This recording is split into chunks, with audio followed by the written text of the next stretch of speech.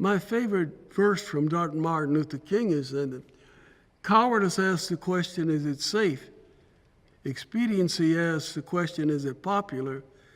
Vanity asks the question, is it politic? But there comes a time in all of our lives when you cannot do that which is safe or politic or popular. You have to do it because it's the right thing to do. You know, there's a phrase in writing sometimes when you stumble upon an almost unbelievable story. It's the greatest story you never heard. And in some ways, Judge Damon Keith is the greatest judge you never heard of. The 60s are always hailed as the time when there was a revolution over civil rights, but the legal revolution really didn't take place until the 70s.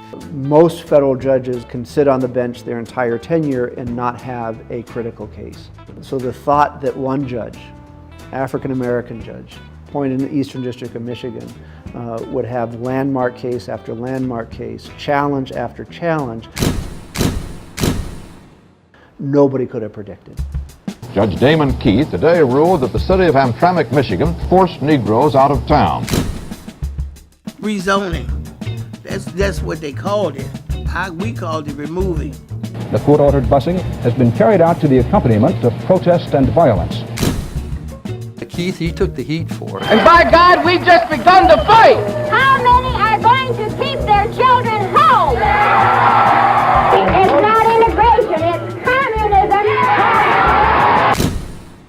communism! He wanted to take the Constitution and try to apply it to the circumstances of this century. The federal government said we can listen in on people's conversations, and Judge Keith and the court said, no, you can't. One little black district court judge in the early 70s standing up to the federal government. I would imagine that there were advisors to the judge would be saying, play safe. Judge Keith has never played it safe. He was born in 1922. He's lived through times that people like us can't imagine. I think he remembers his beginnings. I think he remembers it every day. Why would you designate a person as being black? But as the first day of school approaches, a federal judge warned, this case will not be settled in the streets of Pontiac. And then the battle began. One person can make a difference if you have the courage and the power to do what is right.